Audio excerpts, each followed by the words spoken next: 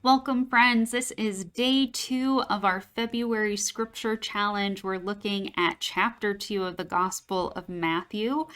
This is going to be the visit of the wise men and the flight to Egypt. Hold in your mind those daily questions that we have, which you can find on our handout for our February Scripture Challenge. If you don't have that already, you can download it from our website at zionuccindy.net. Our daily questions are: did anything in the reading surprise you or challenge you? How might this text inform your daily life? And what word or phrase stood out to you? You can use the back of your worksheet to answer that last question, but here is chapter 2. In the time of King Herod, after Jesus was born in Bethlehem of Judea, wise men from the east came to Jerusalem, asking, "Where is the child who has been born King of the Jews? For we observed his star at its rising and have come to pay him homage." When King Herod heard this, he was frightened, and all of Jerusalem with him. And calling together all the chief priests and scribes of the people, he inquired of them where the Messiah was to be born. They told him, "In Bethlehem of Judea. For so it has been written by the prophet. And you, Bethlehem, in the land of Judea, are by no means least among the rulers of Judah. For from you shall come a ruler who is to shepherd my people Israel."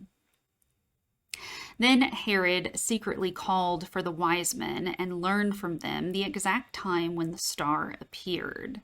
Then he sent them to Bethlehem, saying, "Go and search diligently for the child, and when you have found him, bring me word so that I may go and pay him homage."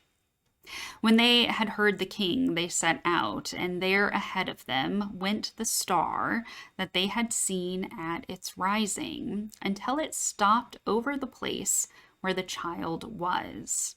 When they saw that the star had stopped, they were overwhelmed with joy.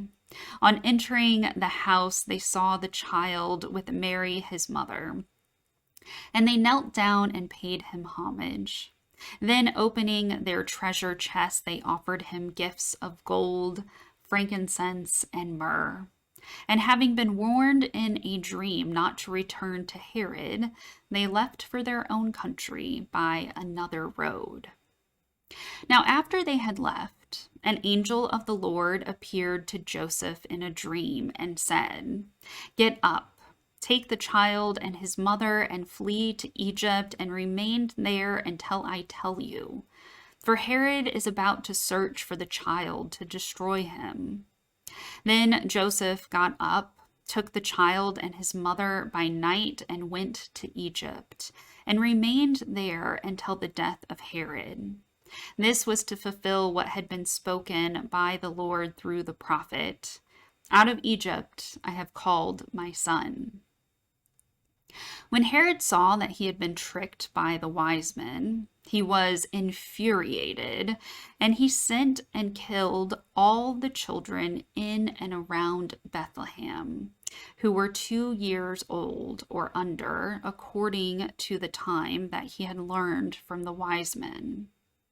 Then was fulfilled what had been spoken through the prophet Jeremiah. A voice was heard in Ramah, wailing and loud lamentation, Rachel weeping for her children. She refused to be consoled, because they are no more. When Herod died, an angel of the Lord suddenly appeared in a dream to Joseph in Egypt and said, "Get up. Take the child and his mother and go to the land of Israel, for those who were seeking the child's life are dead."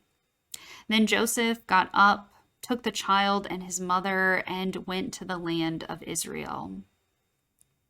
But when he heard that Archelaus was ruling over Judea in place of his father Herod, he was afraid to go there. After being warned in a dream, he went away to the district of Galilee. There he made his home in a town called Nazareth, so that what had been spoken through the prophets might be fulfilled. He will be called a Nazarene. Friends, that is chapter 2. What stands out to you in this chapter? I'm noticing how many quotes there are of the prophets. That's one of the things mentioned on your handouts, how important references to the Hebrew scriptures are for the Gospel of Matthew, and we have several in this one. And thinking about a word or phrase that stands out to me, gosh, I am really touched by the quote from the prophet Isaiah about Rachel weeping for her children, thinking about all the pain and suffering and trauma that Herod inflicted upon these people as he sought to put out the light of Christ. What do you notice? Share in the comments on YouTube or Facebook things that you notice. We will see you tomorrow for chapter 3.